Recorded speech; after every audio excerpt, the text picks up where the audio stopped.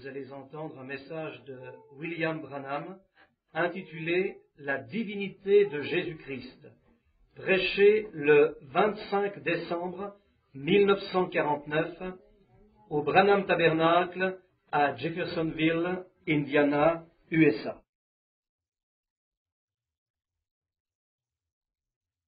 Frère Graham, merci. Bonjour à chacun et un joyeux Noël à tous. Nous sommes si heureux d'être de retour ce matin dans ce tabernacle, d'être avec cet aimable petit groupe. Frère Graham et moi discutions justement cela. Il a dit, « Frère Bill, as-tu quelque chose sur ton cœur pour ce matin ?» J'ai dit, « Seulement Christ. » Amen, c'est tout. Nous avons toujours cela. C'est ceci que nous avons en commun. C'est lui que nous avons. Nous sommes arrivés tard hier de Dallas où nous avons eu les plus glorieuses assemblées. Et la chose pour laquelle nous avons prié se prépare à arriver. C'est déjà en préparation maintenant. C'est un réveil national. Tous les ministres dans les quelques derniers jours, ceux qui ont un ministère, quelle que soit la grandeur ou le calibre du ministère ou du service, nous nous rencontrions tous à Dallas pour cette convention.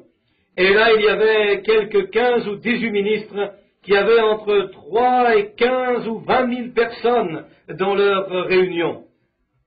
Raymond T. Ritchie, par exemple, et Bosworth, et Oral Roberts, et Jackson, eux tous. Et frère Jackson, l'autre soir, dans son assemblée, 500 personnes reçurent le Saint-Esprit. C'est simplement merveilleux. Et nous nous sommes rencontrés tous hier. L'autre jour, sur un accord de travail pour l'année, nous croyons que Dieu est ici pour faire et diriger une œuvre comme on n'en a encore jamais vu auparavant. Je crois, mes amis, que nous entrons dans quelque chose de merveilleux. Et ces ministres auront probablement cet été qui vient, si le Seigneur leur permet, chaque soir des assemblées de 15 à 16 000, peut-être plus encore de grandes tentes qui peuvent contenir de 8 à 10 000 personnes. Et ceci à la grandeur des États-Unis, et tous en même temps. Oh, nous devons avoir un réveil maintenant. C'est déjà commencé. Par centaines, ils reçoivent le Saint-Esprit en venant au royaume de Dieu maintenant. Ce n'est pas quelque chose que nous attendions pour maintenant, mais c'est déjà là. Dieu le fait maintenant. Frère Graham Snelling s'informe à Frère Branham au sujet du microphone de l'éditeur. Oui, monsieur, oui, Frère Graham, c'est bien. Bien, vous le savez, Frère Graham et moi, nous travaillons si bien ensemble. Il est si grand et je suis si petit. Frère Snelling dit, il cueille les fruits du bas et moi ceux du haut. Frère Branham et la congrégation rient, note de l'éditeur. Quelquefois, il doit les secouer pour m'en faire tomber quelques-uns. Merci, Frère Graham. Je n'ai pas encore compris ce feu-là. Nous le voulons sur l'autel, n'est-ce pas? Amen. L'autre soir, où nous nous trouvions, des milliers se trouvaient là, tapant des mains et louant Dieu. Oh, nous avons eu un service glorieux. Il y avait le feu sur l'autel alors. Nous sommes très heureux d'annoncer un réveil pour l'été qui vient. Maintenant, je serai ici avec cette église, avec Frère Graham et vous tous, pour les 8 ou 10 prochains jours, je suppose, autant que je le sache. Je veux être dans chaque service si je le peux. Nous irons d'ici à Houston, Texas, au Colisée. Ils ont un beau gros édifice là. Et ils peuvent asseoir 17 000 personnes et nous nous attendons à de grands moments. Nous avons essayé d'avoir une ligne de prière. Nous n'avons pas pu le faire. Un ministre à un endroit, un autre ailleurs dans la ligne. Mais, oh, ça ne voulait pas fonctionner de cette manière-là. Et seulement frère Jagers a pu faire quelque chose. Et dites une autre chose que je voudrais vous annoncer. Frère Jagers s'est tenu là et a pris le podium comme nous avons fait à Calgary. Les baptistes missionnaires et les baptistes du libre choix et tout, vous savez, le Texas est plein de baptistes. Ils ont approuvé cela, mais les baptistes fondamentalistes se sont levés contre le programme. Et oh, qu'est-ce qu'ils ont écrit dans les journaux et partout? Bien, ils ont écrit des questions sur la Bible. Alors, il leur a répondu. Et après cela, ils n'avaient plus aucune preuve. Ils n'ont pas voulu mettre le démenti dans le journal. Alors, frère Jagers et moi, nous avons demandé une réunion et 75 ministres coopérants de la ville sont venus. Nous avons fait une photocopie du compte-rendu de l'Assemblée et nous avons dit, est-ce que c'est cela la liberté de parole? Est-ce cela la liberté d'information? comme cela, et nous l'avons distribué. Et le journal a perdu 10 000 abonnés le matin suivant. Ils sont venus, ils ont pleuré, ils se sont mis sur leurs genoux, ils ont dit, nous allons oublier tout, librement, nous ne demanderons pas un sou. Oh frères, écoutez, vous Église, un jour nous vivions près de la voie ferrée, nous n'y sommes plus maintenant, nous vivons sur l'avenue, alléluia maintenant. Oui monsieur, nous sommes dans la classe maintenant, nous étions quelques centaines, et maintenant nous sommes dans les millions maintenant. Et unis ensemble, nous sommes une église forte en nombre dans les États-Unis, c'est vrai. Oh, je crois cela. L'an dernier seulement, nous avons eu 1 500 000 conversions. Pensez à cela. 1 500 000 conversions. Des gens du plein évangile. C'est cela dans l'ordre général. Oh, nous y arrivons maintenant. Et ces petits articles, les choses qu'ils disent, ils n'oseraient pas parler des catholiques, ils les craignent. Vous voyez, ils ont eu peur de le faire. Mais nous augmentons en nombre actuellement. Cela nous donne le droit. Réclamons notre droit donné par Dieu. Nous progressons cette année avec l'aide de Dieu et sa protection pour essayer de notre mieux d'avoir un réveil. Quelqu'un parle à Frère Branham, note de l'éditeur. Oh, ici, vous allez devoir me dire quand arrêter. Là, exactement là, très bien. Je peux m'en aller par ici, regarder en arrière. Alors bien, combien se sentent bien ce soir pour Noël? Dites Amen. Oh, mes amis, c'est un temps de réjouissance, un temps où tout le monde peut se réunir et adorer Christ. Et je crois que je n'ai pas de message, rien du tout. J'ai simplement ouvert la Bible ici pendant que vous parliez. J'ai tourné ici, j'ai dit, où est la naissance de Christ? Pratiquement tout le monde parle de cela présentement. Et je vais devoir lire pour un moment et alors trouver quelque chose et m'en tenir à cela jusqu'à ce que l'Esprit du Seigneur me montre quelque chose. Maintenant, pour commencer, allons à Luc, le premier chapitre de Luc. C'est le commencement de la naissance de Christ. Et nous allons lire un peu ici et enseigner un peu sur la parole si je le puis. Nous ne savons pas ce que le Seigneur fera pour nous, mais nous avons confiance qu'il nous bénira abondamment. Dites, j'ai entendu votre émission de radio, c'était beau. Continuez, continuez, prêchez la parole. Je disais justement à Frère Graham là-dedans, s'il n'y a jamais eu un temps où les chrétiens ont eu besoin les uns des autres, c'est maintenant. Quoi que vous fassiez, laissez tout. Car je crois, par la grâce de Dieu, je vais parler de cela un peu dans quelques instants, combien nous avons besoin les uns des autres maintenant. Je crois que nous sommes confrontés. Mais, est-ce que vous m'écoutez? Très bien. Nous faisons face maintenant. Nous regardons le plus grand drame qui ait existé dans toute la vie humaine. Il est en train de se produire ici devant nous. La grande scène du monde ici, un drame que Dieu se prépare à jouer maintenant. C'est éblouissant. Regardez dans le monde. Voyez comment tout cela se déplace, tout ensemble. Oh, quelque chose se prépare à arriver, mes amis. C'est ce dont nous avons parlé. Ce que nous avons dit est là. Cela commence déjà partout. Cela commence. Il y a un grand tableau que j'aimerais vous faire ce matin. Je vois un agneau dans un champ. Il mange. Le petit animal devient nerveux et il s'interroge. Il regarde dans les joncs derrière lui. Il voit un lion qui s'approche très doucement. Est-ce que vous le voyez? Tapant sa queue sur le sol, se préparant à sauter. C'est l'Église là dans ce champ. Les ténèbres du communisme s'avancent sur le monde, se refermant comme une grande ombre. Et c'est là la loi des contrastes. Regardez comme avant la pointe du jour. C'est toujours le plus sombre avant le jour, parce que le jour pousse les ténèbres. C'est la loi des contrastes, vous voyez? C'est le plus sombre juste avant que le jour ne pointe. Et c'est la même chose aujourd'hui. C'est le plus sombre avant la clarté. Les grandes sombres des ténèbres qui s'avancent pour accomplir l'homme de péché. Avez-vous remarqué, en cette période de Noël, tous les pays communistes, au lieu d'envoyer Christ dans la mangeoire, ils envoient des petits livres de Staline avec sa photo en couverture. L'homme qui s'impose lui-même au-dessus de tout ce qui pourrait s'appeler Dieu, dominant ainsi une grande partie du monde. Et autre chose, tout ceci accomplit alors les Écritures. Et maintenant, je voudrais que vous remarquiez autre chose, un autre accomplissement. Ces gens, ces églises qui sont formalistes et qui s'élèvent contre le mouvement. La Bible dit qu'ils auraient une forme de piété, mais qu'ils renieraient la puissance de cela. Et ils prennent position. Le communisme prend aussi position. Louange à Dieu, le Saint-Esprit prend aussi position. Oui, Quand l'ennemi arrive comme une inondation, alors je vais élever un étendard contre lui. C'est vrai. Et l'Église a aussi pris position. Je veux dire l'Église du Saint-Esprit. Maintenant, c'est tout ce qui m'intéresse, mes amis, quand je suis ici. Là, je prierai pour les malades. Mais ici, je suis intéressé dans une seule chose, et c'est l'Église de Dieu née de nouveau.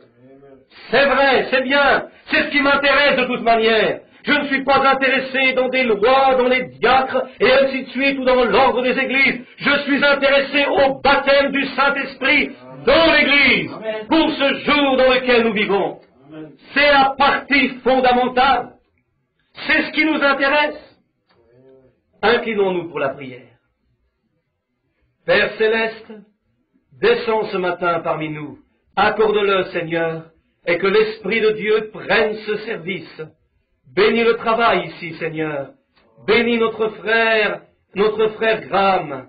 Ô Dieu, donne-lui les mots de la sagesse ce soir à cette émission de radio, qu'il soit capable d'ébranler ces gens prêchant la parole. Accorde-le, Seigneur, et puissent les pécheurs pleurer, s'agenouiller dans leur chambre et donner leurs cœurs à Christ. S'il y a des incroyants ici ce matin, ou quiconque n'a pas accepté Christ, puisse-t-il le faire ce matin aussi. Et maintenant, amène un réveil dans les cœurs ce matin, Seigneur. Que ce soit un temps de renouveau, un temps dans lequel l'Esprit se renouvelle. Et ô Père, nous te prierions de cette manière. Viens, prends-nous par la main chacun de nous. Descends cette allée avec nous. Montre-nous cette grande image qui se dessine, révélant tes secrets au cœur des saints ce matin, pour que nous puissions clairement voir ce que tu mets devant nous. Et en marchant alors, Seigneur, dans l'armure de Dieu, que nous puissions avancer comme de vrais soldats, faisant face à l'ennemi. Mais comment pourrions-nous lui faire face, à moins que nous connaissions ses techniques? Aide-nous ce matin à comprendre et dévoile-nous ses plans pour que nous sachions où le rencontrer. Nous te le demandons dans le nom de Jésus. Amen. Luc, le second chapitre. Lisons-le.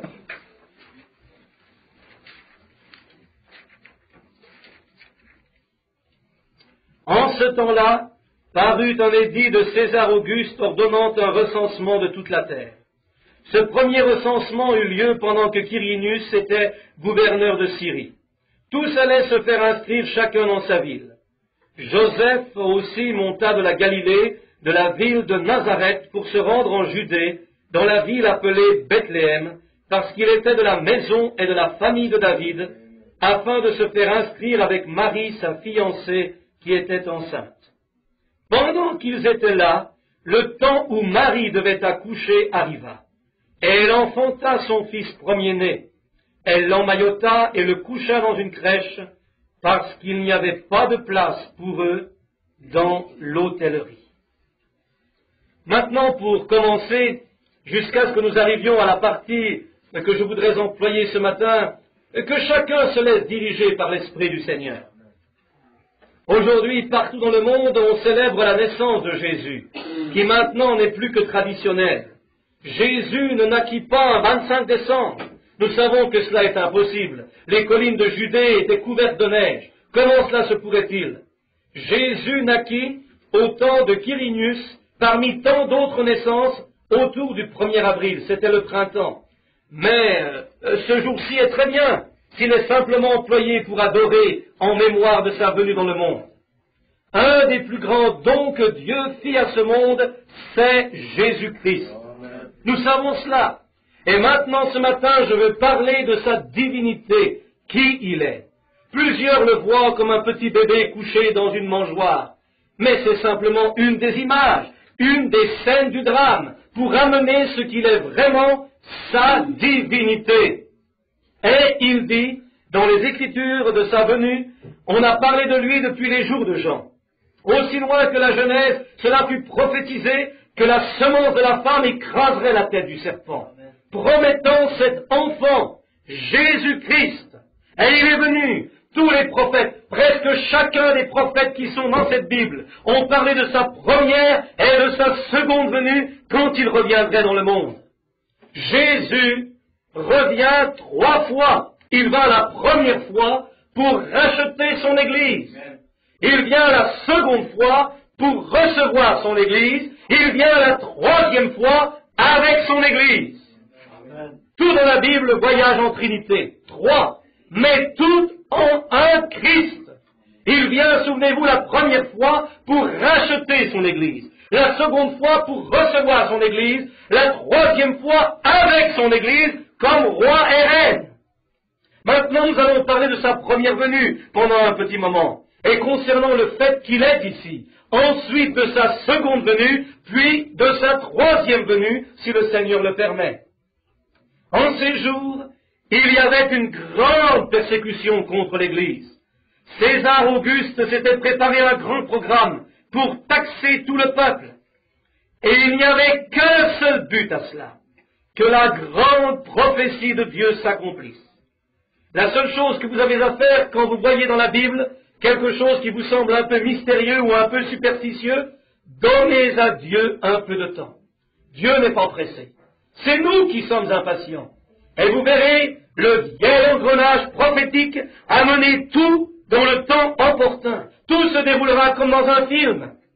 Quelqu'un parlait l'autre jour, il a dit, Dieu, mais qu'était-il lorsqu'il était là-bas dans l'inexistence, il y a des millions d'années, il s'est concentré dans le Logos, et alors il descendit du Logos en Christ. Vous voyez, c'est simplement Dieu descendant comme cela sur la terre et retournant en lui-même. Voyez-vous ce que je veux dire? En mouvement, descendant de l'espace, de l'éternité, de l'infini, dans le Logos, du Logos dans l'homme, et retournant de nouveau dans un seul but, racheter cet homme qui avait chuté. Vous voyez, c'est pour cela qu'il est venu, pour être un rédempteur. Et avant que Dieu puisse être un rédempteur, il devait, selon la loi, être un parent rédempteur. Il devait être comme nous. Et Dieu, au commencement, fit son premier homme. Il le fit esprit de l'esprit. Et l'esprit est la partie invisible de l'homme, celle que vous ne voyez pas. Dieu fit l'homme à sa propre image. Est-ce que vous m'écoutez? Très bien, Dieu fit l'homme à son image. Et Dieu est un esprit, dit la Bible. Le premier homme qui fut créé avait autorité sur toute la création, comme le Saint-Esprit a l'autorité sur l'Église aujourd'hui. Il conduisait la création, il dirigeait les animaux, mais il n'y avait personne pour cultiver la terre. Aussi, Dieu fit un homme de la poussière de la terre. Et cet homme pouvait avoir des mains comme un singe, il pouvait avoir des pieds comme un ours. Quoi qu'il fit, il mit tout cela ensemble et il fit un homme. Et dans cet homme, il mit un esprit immortel qui ne meurt jamais. Et c'était plus qu'une brute, c'était un homme. Alors cet homme, pourquoi les athées et quelques autres se disputent sur ses origines? Mais l'heure est venue, Dieu envoie sa lumière, et il a fait des choses, c'est vrai. Lorsqu'ils disent, ses pieds ressemblent à ceux d'un ours, ses mains à celles d'un singe, et ainsi de suite, ils essayent de découvrir d'où il vient. Mais cela est sans importance. C'est un corps de chair dans lequel il vit, comme dans une maison. Cela retournera à la poussière de la terre. Mais l'esprit est immortel. Il vient de Dieu. C'est l'image de Dieu. Dieu est esprit. Cet homme a perdu ses origines dans le jardin d'Éden. Sa parenté, sa communion avec Dieu a été coupée à cause du péché et de l'incrédulité. L'incrédulité à quoi? À la parole de Dieu. Une description fut donnée à Ève, lui expliquant combien ce serait mieux si elle laissait tomber la parole de Dieu. Regarde un peu ici, raisonne. Vous ne pouvez pas le faire. Il y a une différence entre le raisonnement et la parole de Dieu. La parole de Dieu est vraie, le raisonnement est faux. Vous ne pouvez rien raisonner, c'est vrai.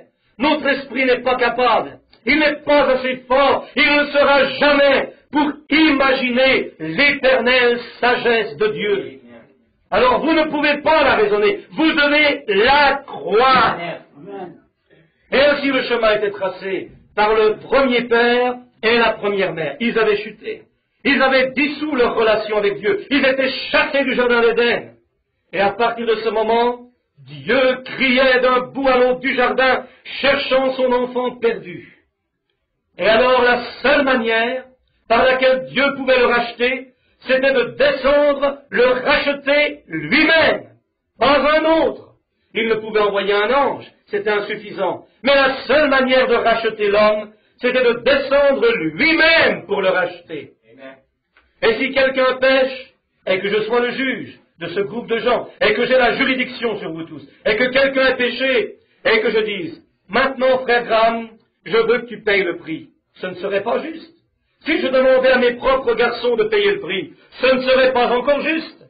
La seule manière qui serait juste, serait que moi-même, je prenne sa place. Et puis, je suis celui qui passera le jugement, et si je veux racheter l'homme, je dois prendre sa place moi-même. Est-ce que vous m'écoutez encore? Maintenant, regardez, je veux que vous remarquiez quelque chose. Alors, la seule manière que Dieu lui-même pouvait racheter cet homme, c'était de descendre et de prendre sa place. C'était une loi qui a été donnée par Moïse, la rédemption. Elle devait se faire par un parent rédempteur. Un homme, premièrement, qui était digne, un homme qui valait le prix, un homme qui ferait un témoignage public et qui rachetait le droit de quelqu'un qui était tombé. Et alors, Dieu était digne. Il descendit, il y a quelques 1900 ans, sous la forme d'un bébé né dans une mangeoire, à l'ombre du Saint-Esprit, pas né par le désir sexuel. Il était Dieu. Le sang de Dieu était en lui. Un bébé a toujours le sang de son père, jamais de sa mère. Nous savons tous cela. J'avais cru auparavant à un certain moment, et vous savez que le bébé n'a pas une seule goutte du sang de sa mère en lui, pas une. Rien n'y fait, c'est toujours le sang du mâle. Une poule peut pondre un œuf, mais s'il n'est pas fertilisé, il n'éclora jamais. Si joli qu'il soit, quoiqu'elle le réchauffe, il sera toujours infertile. Il va demeurer là et pourrir, c'est vrai. À moins que l'oiseau mâle ait été avec la femelle. Le germe de vie vient du mâle. Ainsi, Marie, ne connaissant aucun homme, elle avait été avec le mâle, Dieu, le Tout-Puissant Jéhovah. Il la couvrit de son ombre, et Dieu, le Créateur qui créa la cellule originelle de sang dans le sein de Marie, qui ne connaissait aucun homme. Ceci produisit le sang de Dieu, le très créatif sang de Dieu, pour nous racheter de cette vie où nous sommes nés par le désir sexuel. Le sang fut retiré des veines d'Emmanuel sur la croix du Calvaire, et aujourd'hui ce sang a la même puissance de salut, de rédemption qu'il avait au jour de la transfusion du Calvaire. Le croyez-vous? Amen. Amen. Maintenant, c'est vrai, nous sommes rachetés par le sang de Dieu. La Bible dit nous sommes rachetés par le sang et rachetés par Dieu, le sang même de Dieu. Et qu'était le sang de Dieu? Dieu n'a pas de sang. Comment cela se peut-il? Parce que c'était le sang créé de Dieu qu'il avait créé pour nous racheter. Il est venu, il a vécu dans un corps qu'il s'est créé. Dieu devait souffrir la tentation sexuelle, il devait souffrir toutes sortes de tentations, être tenté par le démon, les richesses, les pouvoirs et les royaumes, etc. Il devait souffrir toutes ces choses. Et pour ce faire, il devait devenir Dieu dans la chair. Car Dieu, esprit, ne pouvait pas souffrir la tentation. Ce matin, parlons de la divinité de Christ, afin que vous sachiez qui nous adorons aujourd'hui. Pas un bébé dans une mangeoire, pas un Père Noël, mais nous adorons le Dieu Tout-Puissant dans la déité de son Fils. Amen. Remarquez, ce sang est descendu, et c'était Jésus-Christ. Dieu lui-même, sortant de l'Esprit, devint Jésus-Christ. La Bible dit cela. Dieu était en Christ, réconciliant le monde avec lui-même. N'est-ce pas vrai? L'Assemblée dit, c'est vrai, notre éditeur. Dieu lui-même, Jéhovah, vécut en Christ et devint parent avec nous, parce qu'il était né dans la chair comme nous. C'est vrai. Les cellules de sang furent créées par Dieu, et les cellules de chair furent développées dans le sein de Marie, ce qui engendra l'enfant. Dieu descendit, Dieu vécut dans la chair humaine, Dieu fut tenté de toutes les manières comme nous le sommes. Croyez-vous cela? Très bien. Et lorsqu'il fit cela, il donna son sang librement. Il n'avait pas à le faire. Il fit ce sacrifice. Il aurait pu s'en aller directement dans la gloire. Il aurait pu être transfiguré comme il l'avait été sur le mont de la transfiguration. s'en aller dans le ciel et ne jamais mourir pour nous. Mais il était prêt à mourir pour nous. Il donna librement son sang au calvaire. C'est vrai. Il choisit. Il était un homme de douleur, connaissant l'opprobre et le désaccord et l'hostilité. Et il fit un témoignage public. Dans Ruth, le livre de Ruth, c'est une très belle image. Comment Bose, type de Christ, et comment Ruth s'en alla dans un pays étranger, un rétrograde sur une terre étrangère, et ramena avec elle, je veux dire, Naomi ramena Ruth, et quand Ruth revint, elle était une Moabite, une vraie image de l'épouse des gentils, l'Église. Et lorsque vint le temps de partir pour Naomi, Naomi l'embrassa, lui dit que c'était pour elle le temps de retourner vers son peuple. Ruth lui dit, je pars avec toi.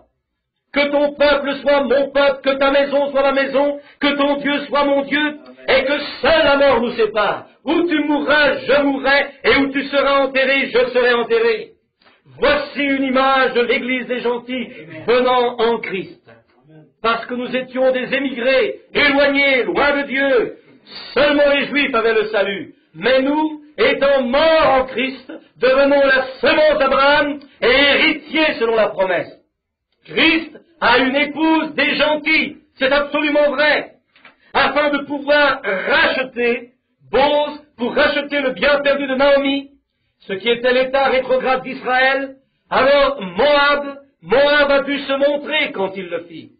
Bose plutôt, lorsqu'il sortit, il a dû enlever sa chaussure avant les barrières devant les anciens, pour faire un témoignage public qu'il avait racheté cette femme perdue dans sa propriété. En faisant cela, il achetait, il avait là son épouse, la femme qu'il recherchait. Il devait racheter la femme en premier pour avoir l'épouse, voyez-vous?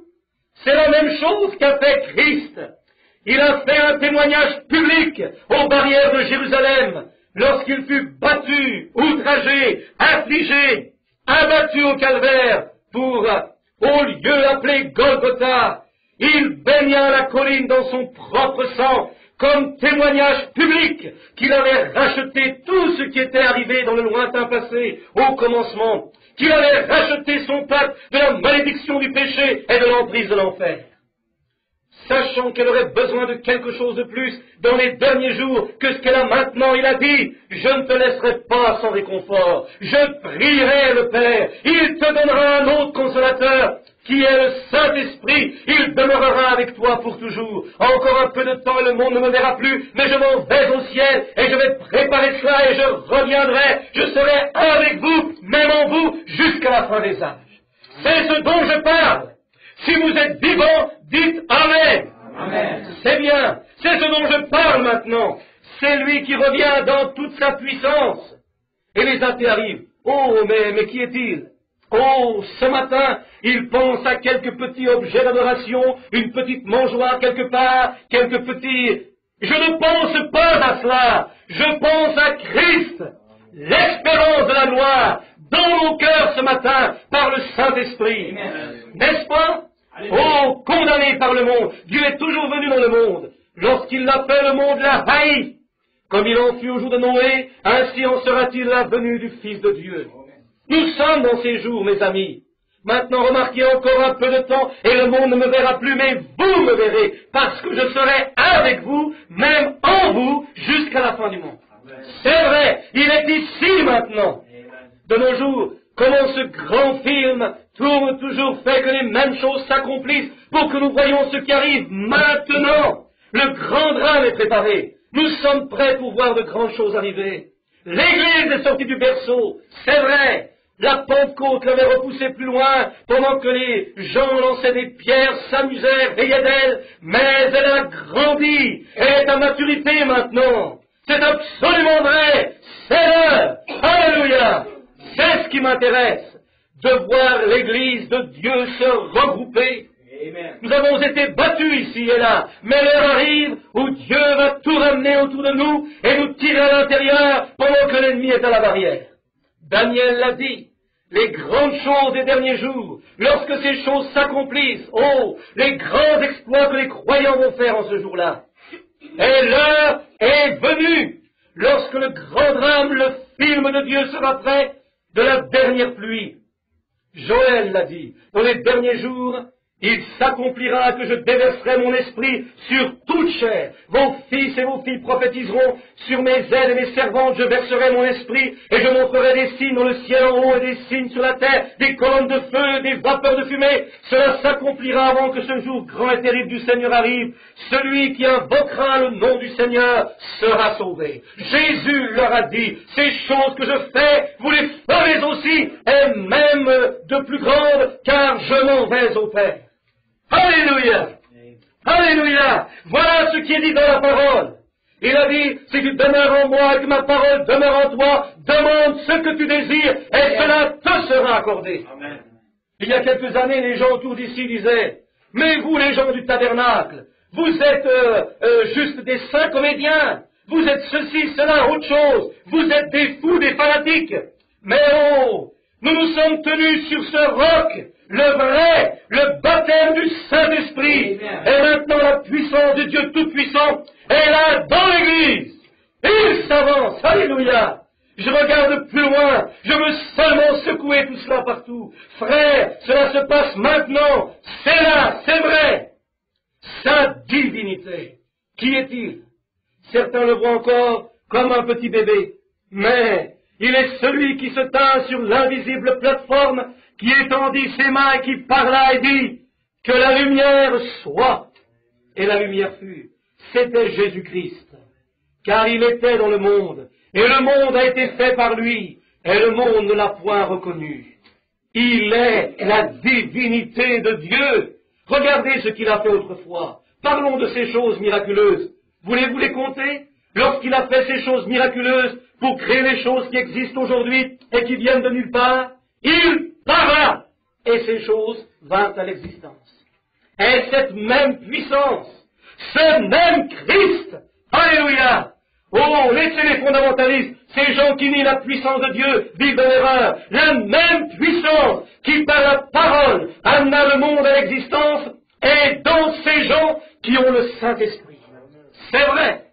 Hommes et femmes, c'est le temps que nous sortions, qui que nous soyons. Le démon essaye de vous retenir, de vous dire que vous êtes en moins que rien. Ce n'est pas vrai. Vous êtes des fils et des filles de Dieu. La divinité n'est plus dans le ciel, elle est en vous. Alléluia. Je sais que vous pensez que je suis fou, mais laissez-moi vous dire quelque chose, frère. Quand vous réalisez que le Dieu Tout-Puissant vit en vous, c'est très bien. Mon Dieu donne Zoé, la vie de Dieu. Elle est dans l'être humain. Il se tint là, il est le créateur de toutes choses. Il fit la vie, les grenouilles, les canards, ses poulets, ses animaux, il crée tout. Et rien n'existe qui n'ait été fait si cela a été fait par lui. Qui? Christ, la divinité. Il amena les plaies sur l'Égypte. Qui? Christ. Il ferma la gueule des lions, il maîtrisa la violence du feu, il les sauva du tranchant de l'épée, il les ressuscita de la tombe. Qui? Christ. Oh, quel être! Qui est-il? Christ, la divinité. Et frères, sœurs, cette divinité est en vous. Non, je ne marcherai plus avec vous, mais vous me verrez, parce que je serai avec vous, même en vous, jusqu'à la fin de l'âge. Christ, dans la crèche, non. Christ en vous. Alléluia. Nous n'adorons pas Christ dans la crèche, mais Christ en vous, le Saint-Esprit, l'espérance de la vie. Alléluia. Le Créateur, Dieu lui-même, habitant dans l'être humain. Ce que nous serons n'apparaît pas encore, mais cela sera quand nous le verrons comme il est. Bien, nous serons semblables à lui, des êtres spirituels, semblables à celui qui créa cela. Les gens d'ici disant qu'ils sont de Christ, qu'ils vont à l'église de Christ, mais que s'est-il passé la nuit dernière? Ils ont ouvert leur cadeau de Noël. Voyons celui de papa. Tiens là sous l'arbre de Noël, quelque part la nuit dernière, il y avait une grosse caisse de bière. Pas de place pour Jésus, seulement pour la bière. Ouvrez le cadeau de maman, un jeu de cartes. Pas de place pour Christ, des cartes, c'est vrai. Au lieu d'une petite Bible ou autre pour les enfants, c'est un petit livre de G-Man ou un livre de comique. Pas de place pour Jésus. Plutôt que d'aller à l'église, ils vont dans les salles de danse, les théâtres, n'importe où, et ils s'appellent chrétiens. Frères, quand la divinité de Dieu, par le Saint-Esprit, vient dans le cœur de l'être humain, elle rejette à l'extérieur tout ce que Christ n'a pas créé. Vous le savez, c'est la vérité. Ah, Christ, l'espérance de la gloire en vous, pas dans le berceau, la mangeoire, en vous. Ça, c'était autrefois. Dieu était retourné au commencement alors. Il va en Moïse, il va dans les enfants d'Israël, il va dans le berceau. Maintenant, il l'adore comme autrefois, comme au temps de la préhistoire, alors que Christ est en vous. Il est là aujourd'hui, le Fils de Dieu qui s'avance, et son Église est en marche. Aujourd'hui, ils ont la soupe, le goûter à la tarte, voyez-vous, qui va être le mieux habillé, qui va avoir la meilleure place, qui peut jouer de ceci, de cela, qui peut faire ceci ou cela. Et pas de place. Ils ont toujours quelque chose à faire. Ils ne peuvent pas prier, ils ne peuvent plus aimer la prière, comme ils en avaient l'habitude. Pas de place pour lui dans l'hôtellerie. Et c'est la fin des temps, mes amis. Pas de place pour lui dans l'hôtellerie. Certainement, je sais ce que hôtellerie voulait dire, mais je me réfère au temps présent. Mais la Bible dit, en ce jour, quand l'amandier fleurira, le désir de l'homme faillira, parce qu'il s'en va à sa grande maison, et les pleureurs errent dans les rues, la corde d'argent est cassée, ou le pichet cassa dans la fontaine. Oh, miséricorde, mes amis. Mais le prophète dit aussi, il y aura de la lumière au temps du soir. C'est vrai, vous trouverez sûrement le sentier de la gloire. C'est vrai, le temps du soir est arrivé. L'Église maintenant, qui est habillée comme cette petite mangeoire de péché par laquelle elle est arrivée, est rendue à l'endroit où les gens réalisent que la divinité et la puissance du Dieu Tout-Puissant vivent dans l'être humain. Oh, frères, sœurs, laissez-moi vous parler au nom de Jésus.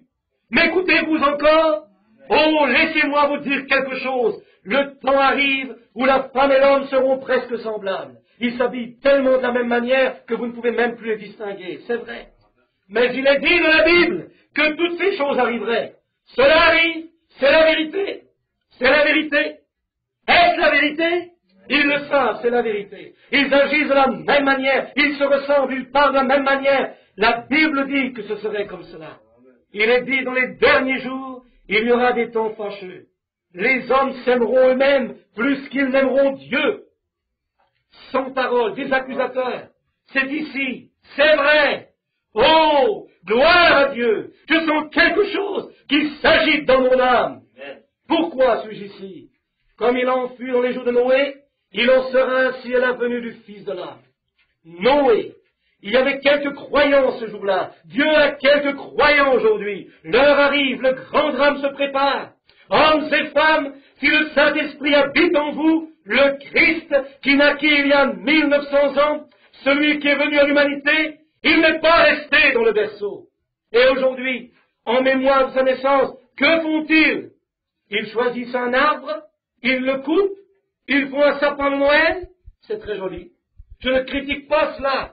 Mais ce qui est faux, c'est qu'ils mettent plus d'emphase sur l'arbre de Noël que sur Christ. Les Kris Kringle sont partout dans le pays. Qui était-il? C'était un Allemand, un catholique, un saint catholique d'autrefois, un vieil homme qui faisait le bien. Et aujourd'hui, c'est presque devenu une adoration, c'est vrai. Et c'est bien de montrer cela aux enfants, ou d'en faire ce que vous voulez, autant que cela me concerne. Mais la chose importante, c'est que c'est si facile de tomber dans l'exagération de l'autre côté, et de repousser Christ, le vrai objet fondamental de Noël. L'homme prend le Kris Kringle à la place du vrai Noël, c'est vrai. Pas de place pour lui dans l'hôtellerie. Tout a été dessiné si nous en avions le temps. Je sais qu'il est tard, mais regardez mes amis, l'heure est venue. C'est maintenant que le grand drame de Dieu est présenté devant nous. Le Fils de Dieu qui était dans le berceau est dans notre cœur maintenant. Il est la divinité de Dieu. Il est Dieu le Créateur. Il a dit aussi qu'il était dans le monde et que le monde a été fait par lui et que le monde ne l'a point reconnu. Et aujourd'hui, c'est ce qui ne va pas avec l'Église. L'espérance de la gloire, le baptême du Saint-Esprit sont venus dans le cœur des gens et ils n'ont pas compris ce que c'était. Ils ont pensé qu'il suffisait d'aller un peu à l'église ou quelque chose comme cela. Mais c'est le Dieu créateur qui vit en vous et qui vous donne toute sa puissance. Et vous êtes en possession de tout ce qu'il avait. Ainsi, c'est en vous de vous abstenir du péché. C'est en vous de bien faire, de fuir le mal, de voler de la droiture et de vous détourner de la tentation. Toute malice, haine, querelle, envie, ainsi de suite, sortez de cela, car cela ne peut pas venir de son cœur. Et si vous désirez le recevoir, l'embrasser, l'aimer, le garder dans votre cœur et l'aimer, je vous le dis, réglez ensemble dans cette sorte de puissance, à la puissance de lier les cieux, guérir les malades, ouvrir les yeux des aveugles. Alléluia! Le muet parle, le sourd entend, le paralytique marche, l'aveugle voit. Pourquoi? C'était reconnaître la puissance de Dieu dans votre cœur. Il est là, la divinité. L'aimez-vous? Amen. Ce n'est pas surprenant que le prophète dise « Grâce infinie, combien douce est ta volonté d'avoir sauvé une loque comme moi. J'étais perdu, mais maintenant je suis retrouvé.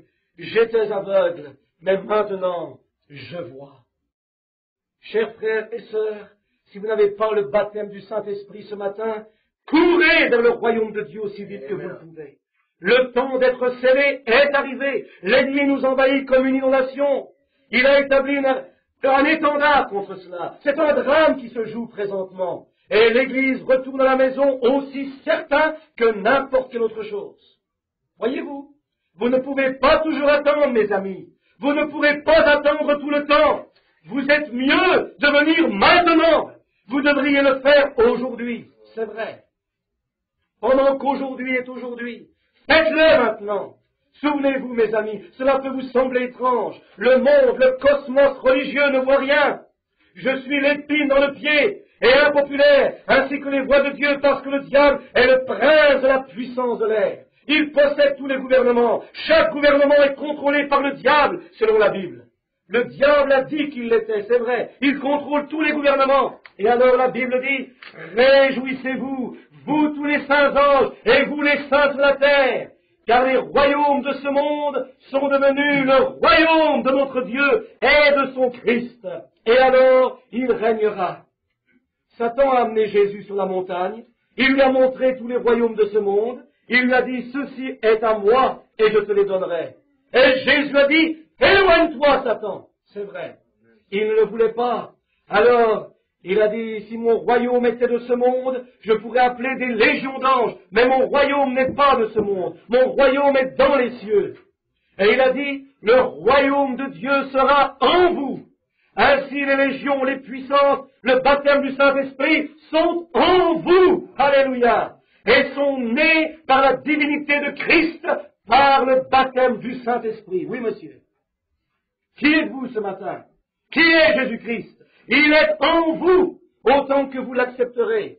Il le demande, il essaie de venir en vous, d'entrer en vous aujourd'hui. Et vous vous éloignez, vous posez des questions, vous regardez, vous scrutez, vous tenez éloigné pour quelque temps. Ne faites pas cela. Avancez-vous directement en Dieu. C'est l'heure. Alléluia. Oh, comme je l'aime. Il viendra un de ces jours. Je veux le voir. Et vous? Je veux le voir. Je crois que nous le verrons. Pas vous? Il est ici maintenant. Sa puissance progresse.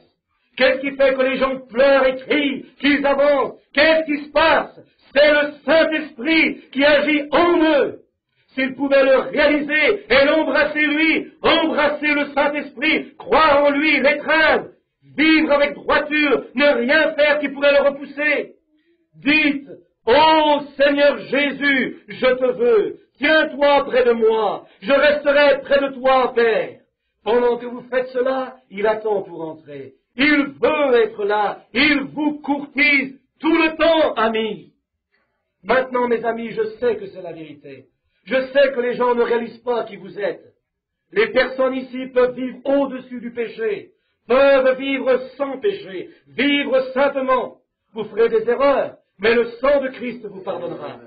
Père, pardonne-leur, car ils ne savent pas ce qu'ils font. N'est-ce pas vrai? Cette même puissance de Christ sur la croix du Calvaire, le même Dieu qui le ressuscita des morts au jour de la résurrection, est en vous maintenant, vous qui avez le Saint-Esprit.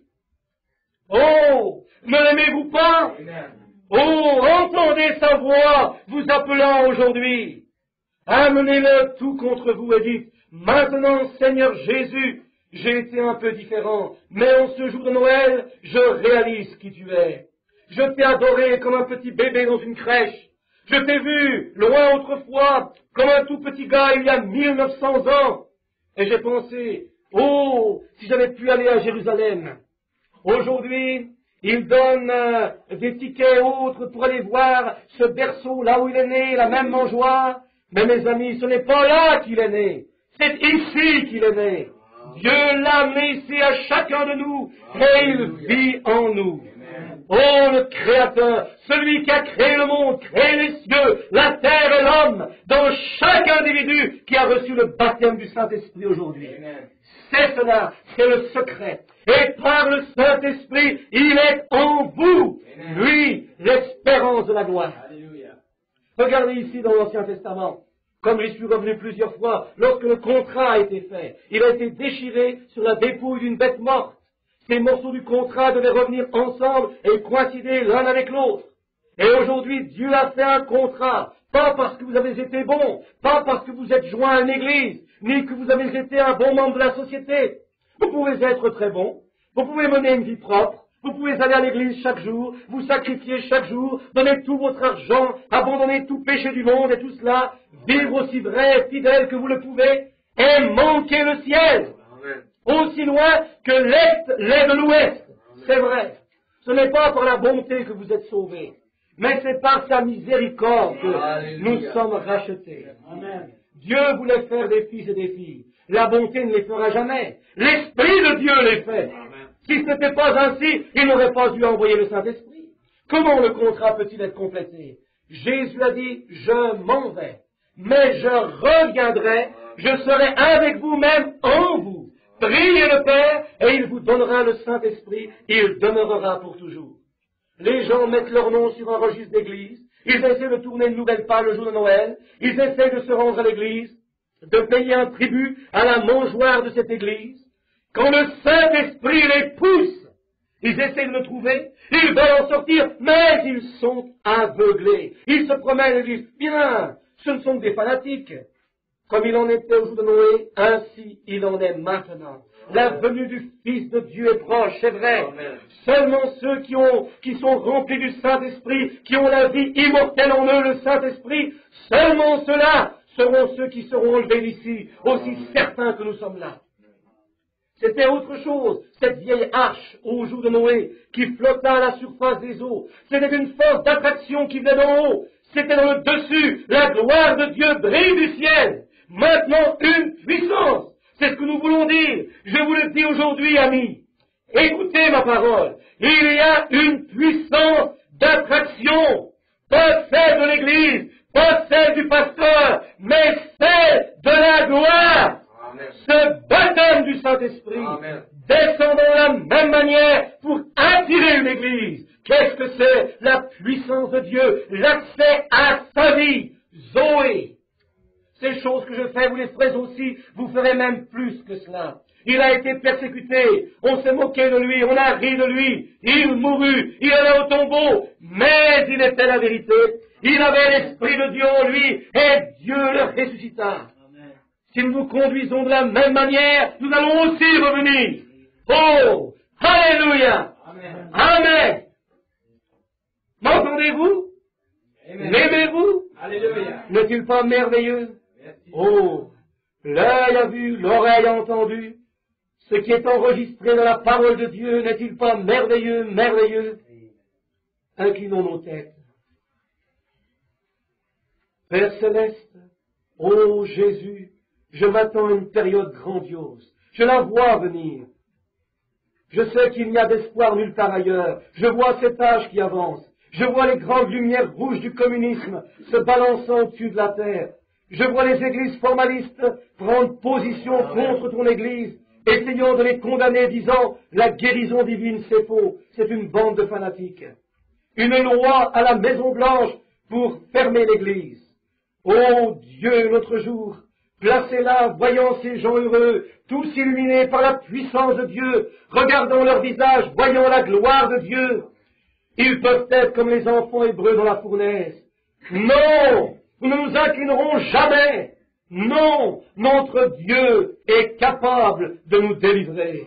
Tu viendras rapidement, Seigneur Jésus.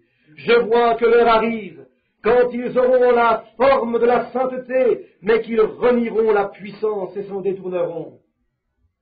L'Esprit parlant dans les derniers jours, et nous voici aujourd'hui dans ce jour-là. Voici notre petite Église qui se tient ici, hommes et femmes qui t'aiment, je le crois. Et je prie au Dieu que cet Esprit qui remplit plusieurs de leur cœur quand les jours seront passés, qu'ils vont s'avancer plus profondément, qu'ils mettent de côté toute malice, tout ce qui est contraire, quoi que ce soit qui ne soit pas comme toi. Avance aujourd'hui, pas de la mangeoire, mais au calvaire. Pas simplement au calvaire, mais à Christ, l'espérance de la gloire, la divinité de Dieu, la magnificence de Dieu, la puissance de Dieu qui est en nos cœurs. Essayons de nous attirer hors des choses de ce monde pour qu'il puisse nous enlever de cette terre un jour dans un monde meilleur. Oh Dieu, accorde-le, entends la prière de ton serviteur, parle à ce peuple. S'il y en a qui sont perdus, quelques perdus ici, quelqu'un sans le Saint-Esprit, puisse-t-il le recevoir ce matin? Accorde-le, cher Dieu, car nous te le demandons, dans le nom de ton Fils bien-aimé, Jésus, qui il y a 1900 ans est né dans une mangeoire, qui souffrit 33 ans plus tard au calvaire pour nos péchés, qui monta au ciel quelques jours après cela, 40 jours plus tard. Il fut reçu dans la gloire, 10 jours plus tard, il revint dans la puissance du Saint-Esprit, et maintenant, il vit dans l'Église. Bientôt, par la même puissance qui le ressuscita, le Saint-Esprit dans l'Église va l'enlever. Oh Dieu, viens, le veux-tu, sauve l'Église. Nous te le demandons en ton nom. Pendant que vos têtes sont inclinées, nous voulons chanter, appelant aujourd'hui. Est-ce qu'il s'en trouve un ici qui ne soit pas en Christ, qui soit sans Dieu, sans espoir? Voulez-vous venir maintenant? Il appelle aujourd'hui, Jésus appelle, il appelle tendrement aujourd'hui, Jésus appelle tendrement aujourd'hui, il appelle aujourd'hui. Êtes-vous sans Dieu, sans espérance, sans Christ? Si vous réalisez qu'aujourd'hui est le jour, si vous n'avez pas, venez. Vous êtes très loin. Il appelle aujourd'hui. Il appelle aujourd'hui. Jésus appelle aujourd'hui. Il appelle tendrement aujourd'hui. Écoutez, le Père est ici. Il veut vous sauver si vous n'êtes pas sauvés. Ceci mourra. Mais écoutez, mes amis, je veux faire quelque chose ce matin pour vous pendant que vous êtes ici. Je veux que vous, pendant que vos yeux sont fermés, je veux abaisser un rideau et vous faire regarder quelque part. Nous allons faire une petite visite ce matin. Je vais abaisser un rideau seulement pour ceux qui sont dans ce tabernacle. Ce ne sera pas long. Je vais regarder par-dessus le portail de l'enfer pour un moment ce matin. Ils savent là-bas que c'est Noël ici. Ils se souviennent de ce qu'ils ont fait au temps de Noël. Certains parmi eux ont bu, d'autres se sont vautrés dans quelque chose de sale. Ils se sont moqués. Ils en ont ri. Qu'arriverait-il si cette carcasse d'os pouvait revenir à la porte de cette église ce matin? Vous savez, à Noël prochain, vous pourriez être là. Vous pouvez être ici encore dans une année jusqu'à Noël. Oui, je me souviens, il y a une année ou deux, c'était un bon vivant, ou bien c'était un saint spirituel. Et chacun de vous devra répondre au jour du jugement. Je puis seulement être honnête, je peux seulement dire, si vous n'avez pas reçu le Christ ce matin, il attend à la porte ouverte. Et il dit, il m'a repoussé. Et vous qui avez le Saint-Esprit, souvenez-vous, vous allez être jugés pour ce que vous aurez fait. Vous auriez pu recevoir Christ par le Saint-Esprit, mais vous serez condamnés. Chaque homme est jugé selon les œuvres accomplies dans son corps. Après que vous avez reçu le Saint-Esprit, qu'en avez-vous fait? Avez-vous parlé de votre voisin? Avez-vous fait quelque chose de mal? Si c'est le cas, souvenez-vous, vous pouvez commencer une nouvelle vie dès maintenant. Dites, Seigneur Jésus, à partir d'aujourd'hui, je veux être ce que tu veux que je sois. Je réalise que la partie immortelle de Dieu, l'Esprit de Dieu, vit dans mon corps. Si j'ai mal agi, pardonne-moi maintenant. Je ne le ferai plus. Je veux être meilleur. Croyez en lui ce matin, simplement comme cela. Levez votre main. Et pendant que vos mains sont levées, dites, je veux repartir à nouveau aujourd'hui, Frère Branham. Je lève mes mains, je vais repartir à neuf. Je veux être meilleur pour lui. Je suis certain que voici une des plus tristes histoires que j'ai jamais entendues. Une jeune femme, une très coquette jeune dame. C'était dans une belle demeure. Je lui ai parlé de Christ. Et son père a dit, je ne paierai pas pour... Qu'est-ce que la société? Voilà qu'elle va rencontrer quelque sorte de gens, car elle, souvenez-vous, comme la société, vous pouvez vous tourner vers cette chose appelée la polygamie. Mais elle possède une meilleure éducation. Car lorsqu'elle sera prête à passer dans la société, c'est pour aller avec différentes classes d'hommes habillés comme la dernière des traînées. Et tous les hommes que vous verrez vous pousseront ailleurs. Dans quelle direction allez-vous ce matin? À quoi rêvez-vous? D'avoir passé par tous les genres de vie que vous vouliez avoir? Vous vous dirigerez vers l'éternité un jour, sans Christ, sans le Saint-Esprit, et votre âme est perdue. Souvenez-vous, vous ne pouvez pas demeurer assis, rétrogradé par Christ, par le Saint-Esprit, car s'il est en vous, il est la puissance de Dieu. Vivez-en, il est Dieu en vous. La Bible dit, vous devenez des dieux. Il est sur moi, ô Dieu.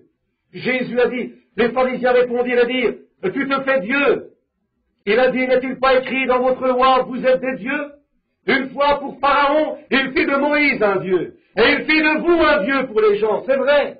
Et vous, ce matin, vous êtes des épîtres écrites de Dieu. Vos vies sont de Dieu et empreintes du Saint-Esprit. Regardez ici, mes amis. Ne laissez pas passer ceci. Ne laissez pas passer comme quelques mythes. Ô Père, nous venons ce matin comme tes humbles enfants. Je réalise que nous vivons dans la dernière heure, le temps de la fin. Tout peut arriver à tout moment.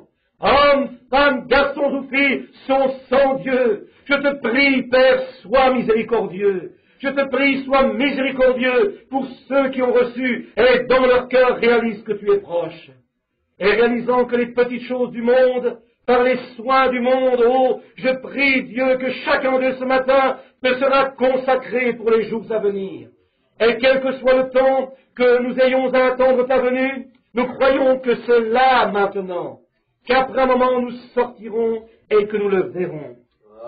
Je pense à ces jeunes gens à l'hôtel un certain soir, essayant de traverser la ligne. Il n'y avait plus de rédemption pour eux, ils étaient partis, ils ne pouvaient plus être sauvés. Alors pour finir, je prie que tu les bénisses, chacun en particulier pendant qu'il en est encore temps, Père, que eux ici leur reçoivent aujourd'hui, car nous te le demandons au nom de Jésus-Christ. Levons-nous tous. Combien l'aiment de tout leur cœur. Amen. Ne voulez-vous pas vous approcher un peu plus près de lui? L'aimer juste un peu plus? Alléluia. Chantons, j'abandonne tout. En même temps, levons nos mains vers lui ce matin. Est-ce que vous voulez faire cela? Oui, Seigneur. Donnez-nous une petite introduction, frère. J'abandonne tout, toute habitude et manière. J'abandonne tout, tout à toi, mon Sauveur béni. J'abandonne tout. Êtes-vous réellement sincère? Oui. J'abandonne tout, j'abandonne tout, tout à toi, mon Sauveur béni. J'abandonne tout. Ô Père, sois miséricordieux. Alléluia. Nous t'aimons tellement, Seigneur. Un de ces jours, la trompette va sonner. Je serai peut-être dans le champ quelque part. Seigneur, je penserai à l'église alors. Quand le vent commencera à hurler, le monde s'ébranlera. Quelques-uns diront, qu'est-ce qui arrive? Les cieux deviennent rouges, l'heure du jugement est proche. Je penserai, où est Frère Graham? Où est? Oh, ils sont à la maison.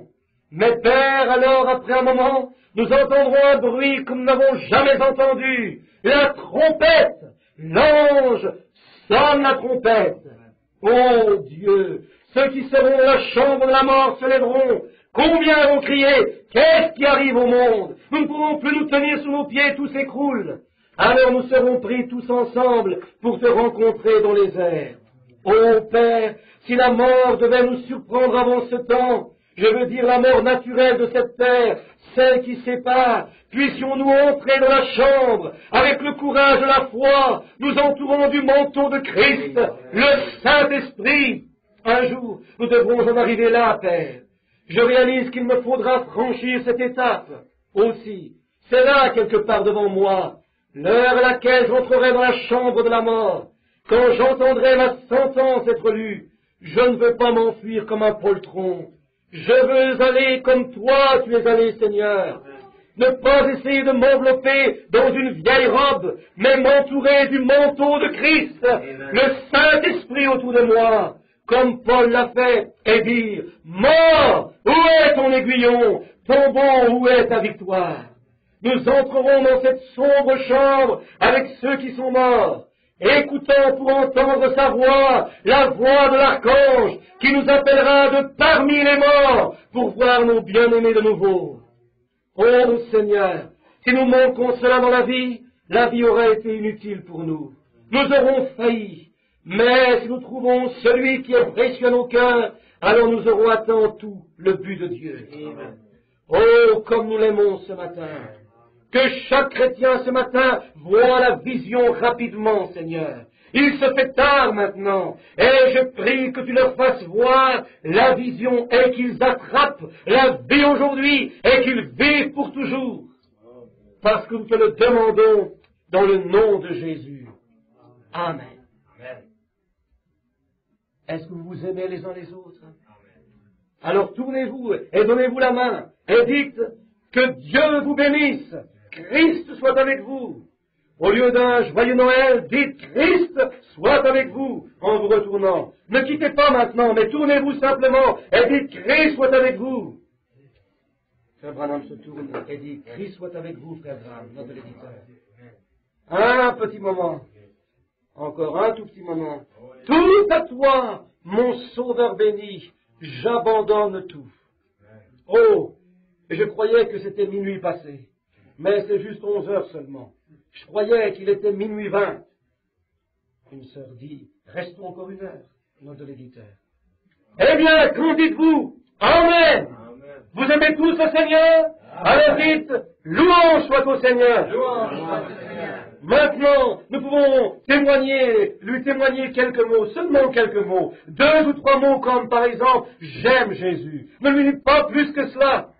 Quelqu'un de l'auditoire dit, j'aime Jésus. C'est bien. Y a-t-il quelqu'un d'autre? Plusieurs personnes dans l'auditoire disent j'aime Jésus. Gloire à Dieu. J'aime Jésus. Je l'aime. Oh, je l'aime.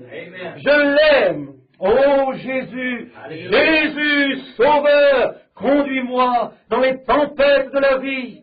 Des vagues d'inconnus roulent devant moi. Guide-moi, Seigneur, à travers les écueils et sauve mon âme.